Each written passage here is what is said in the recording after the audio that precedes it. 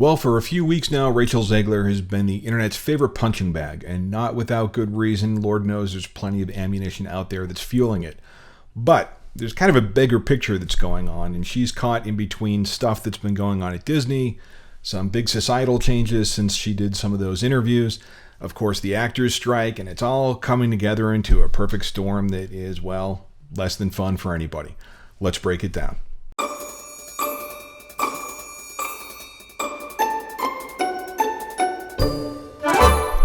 Hey folks, Mark here with The Rational Workforce. Thanks so much for tuning in. If this is your first time coming, welcome. We hope you like what you see. If you're a subscriber or a returning visitor, welcome back. Really appreciate you standing by the channel. So, Rachel Zegler, Snow White, Disney.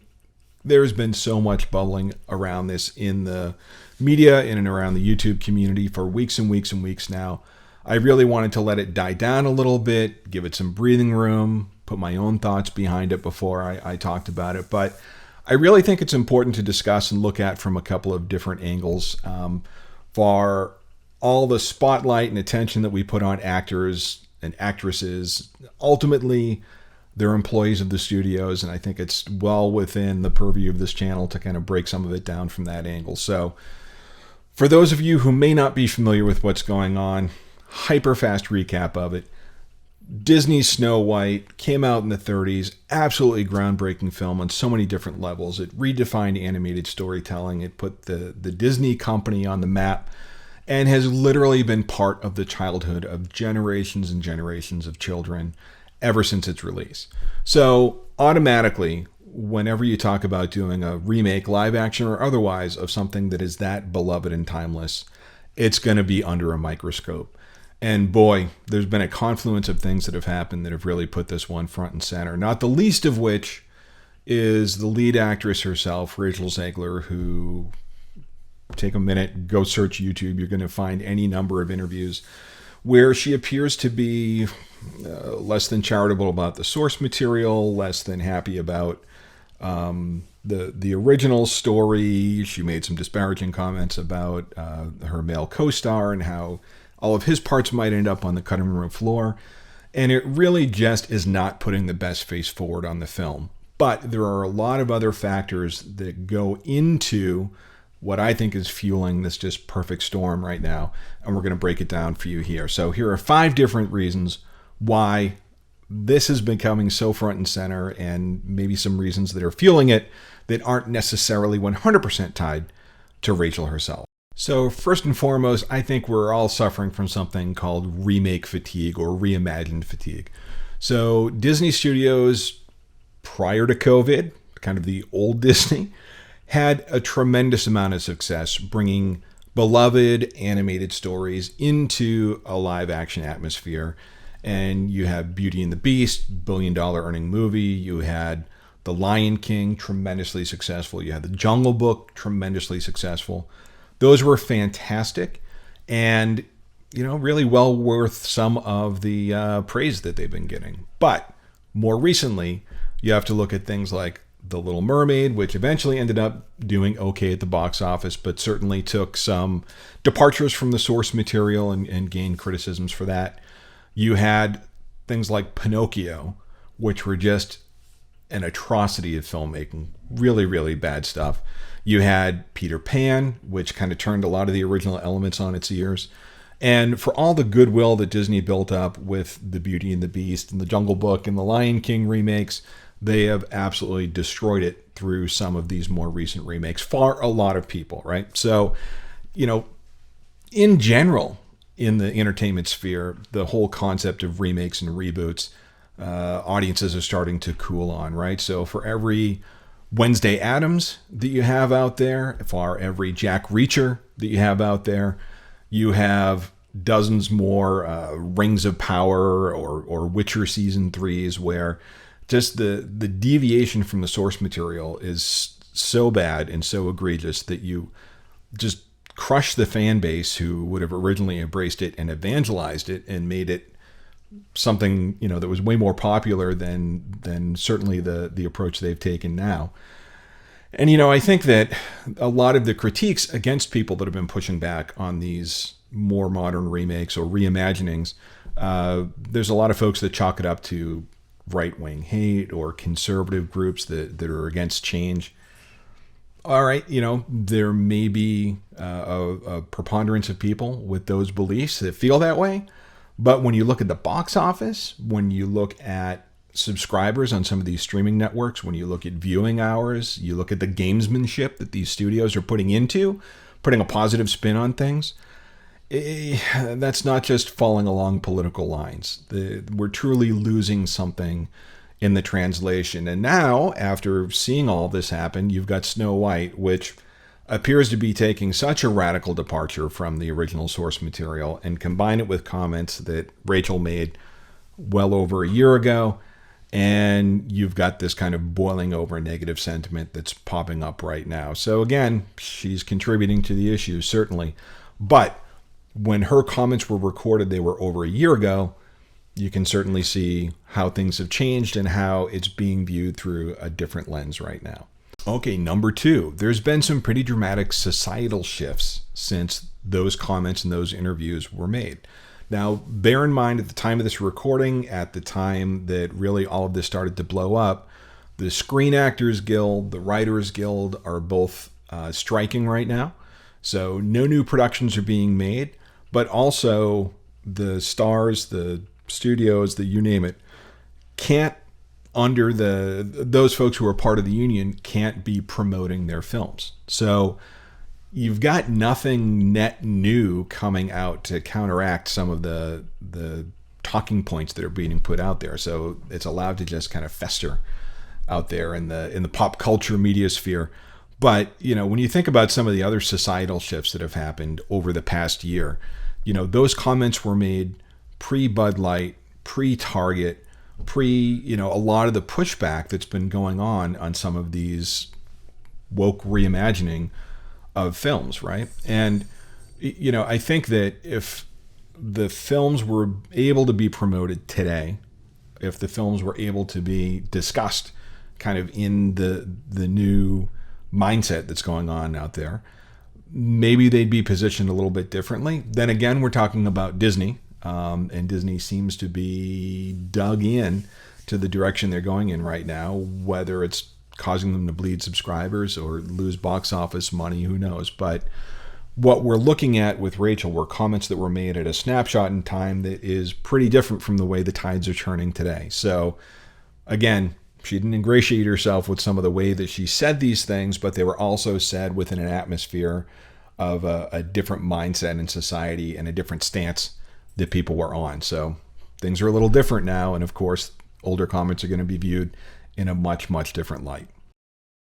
All right. Third, we've got Disney burnout. Boy, Disney is absolutely taking it on the chin these days in multiple areas. And, I'm going to preface my comments by just stating that I have always been a Disney fan since day one. I'm wearing my Disney t-shirt from the Expedition Everest ride. I've got my latest issue of Disney 23 fan magazine. I've got the Disney credit card. I'm a member of D23. I'm a modest shareholder. I'm a modest shareholder, but a shareholder nonetheless. I have always embraced Disney, except for the past couple of years. And we're going to do another video that unpacks all the many reasons why that is. But Marvel, Pixar, Star Wars, Disney Studios proper, even some of the stuff that's going on at the parks, Disney Plus streaming network. Disney itself has dug itself such a hole, and it's doing so poorly financially at the box office across all of its properties. There has been so many dramatic shifts in storytelling on so many of those iconic brands that I just mentioned, that we're at a place where people are just conditioned to Disney. Anything that comes out under the Disney banner or attached to that name is immediately suspect. Everyone is immediately looking for what's the message, what is the subversion of historic norms, what is the attack on anything traditional that's buried in this movie. And rightfully so. There's been a lot of things that Disney has been pushing, not so secretly, in changing up the way society views different things. And progress is good. People are constantly evolving. But there are some things that you just don't need to push into children's lives. You add to the mix the political pissing match they've gotten into with the government, and you've just got a perfect storm. So again, this movie, when it was created, when it was promoted a year ago, or when those comments were made that we're starting to see that happened a year ago, bubble up now, it's like double whammy. It's even more egregious. And because of the previous thing we mentioned about, societal shifts and how these things are being perceived, it's just twice as bad as it would have been otherwise. So, the whole Disney burnout phenomenon is real. And boy, this is feeding into it. And Rachel's comments just make it worse. No doubt about it.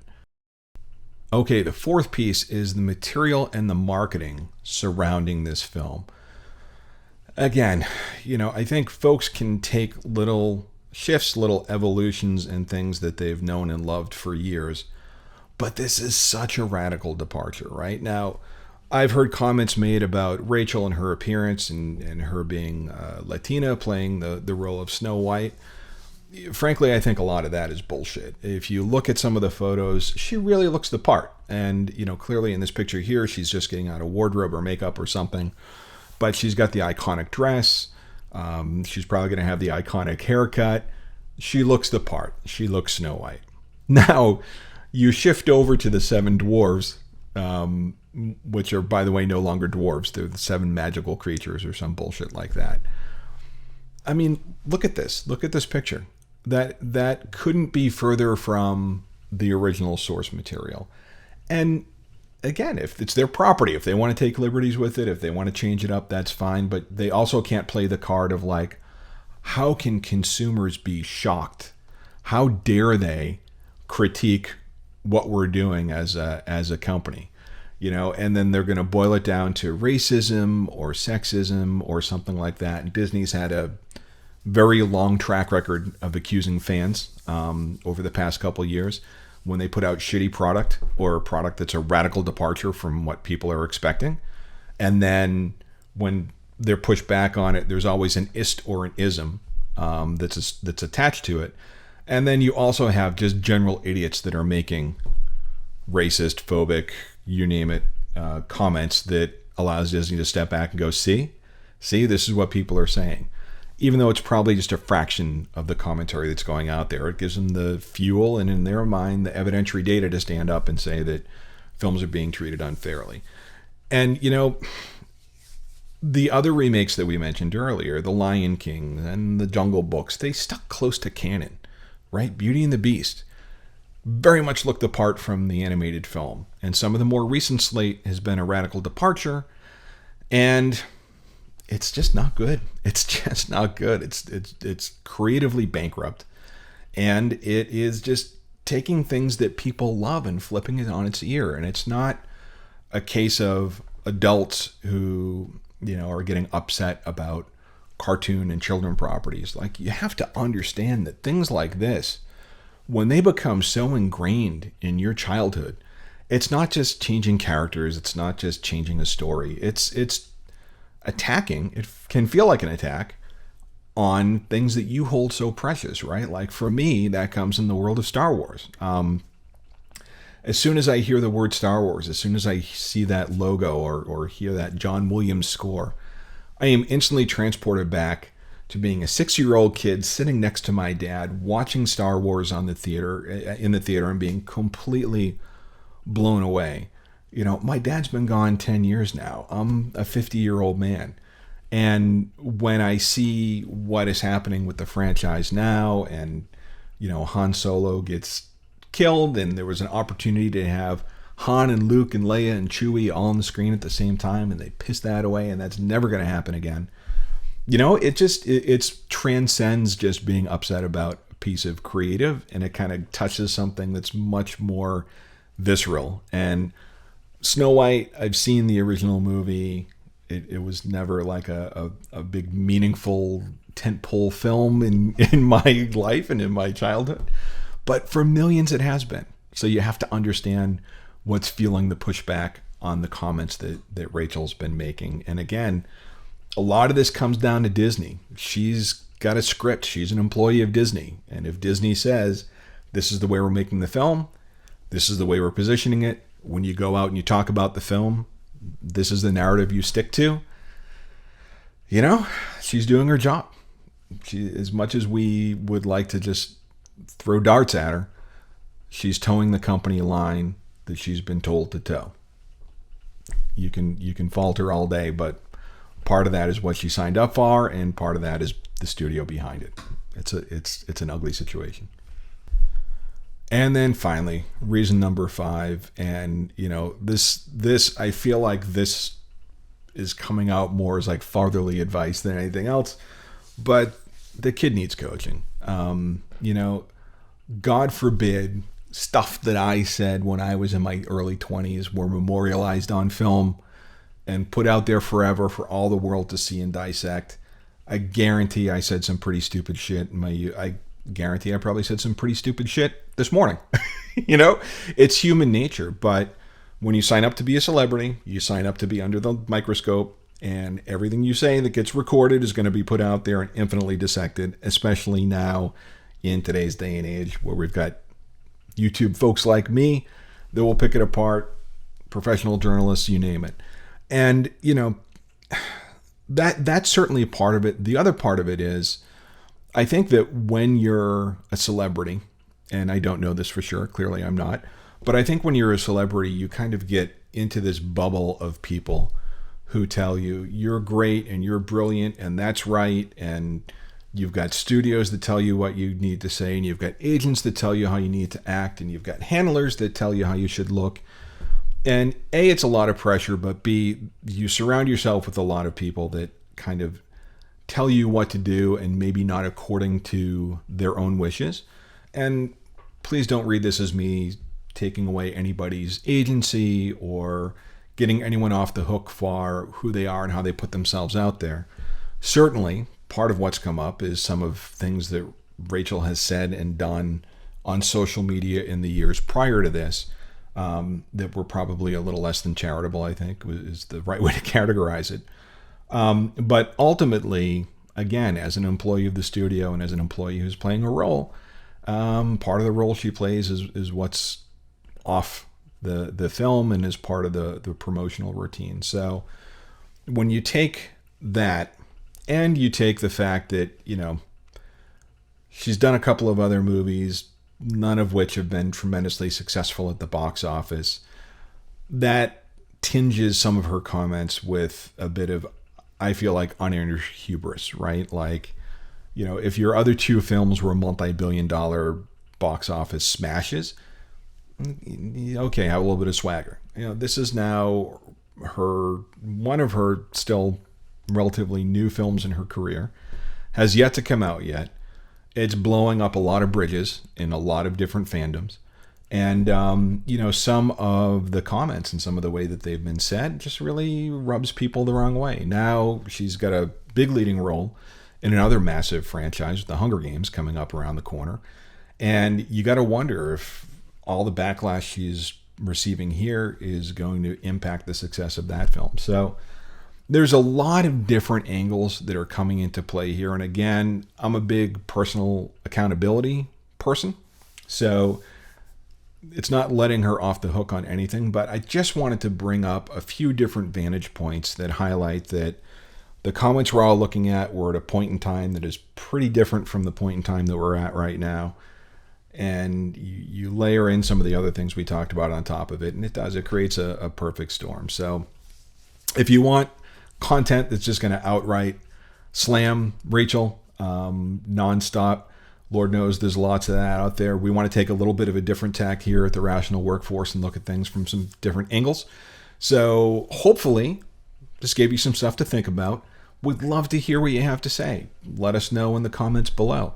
If you liked what you saw, we'd love it if you give us the thumbs up, click subscribe, ring the bell, do all the things that are helping us to grow. Channel has really come up fast. I sincerely appreciate all of you who are coming in to watch. And, we'd love to hear more about what you'd like to see. But again, we really want to try and come at things from a couple of different vantage points and maybe help you to wrap your head around situations with some commentary that maybe you haven't heard before. And hopefully that's a mission accomplished. So with that, we're going to sign off for today. Again, thanks for stopping by. We will catch you on the next one. Have a great day. Bye.